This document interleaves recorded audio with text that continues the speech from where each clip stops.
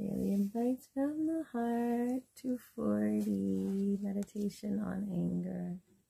Someone wrote to me saying that when he meditated, the image of the Dalai Lama came to him and helped him a lot. Now when he gets angry, he thinks of me and his anger subsides. I'm not sure that my photo has the power to pacify anger. Wahahaha. Rather, I think that when anger rises suddenly within us, if instead of focusing on the object that is provoking it, we think of someone or something that we love, our mind calms down, at least to a certain extent.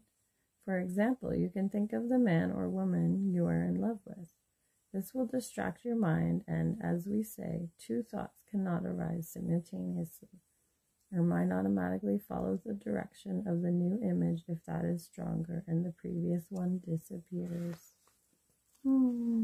Happy meditating.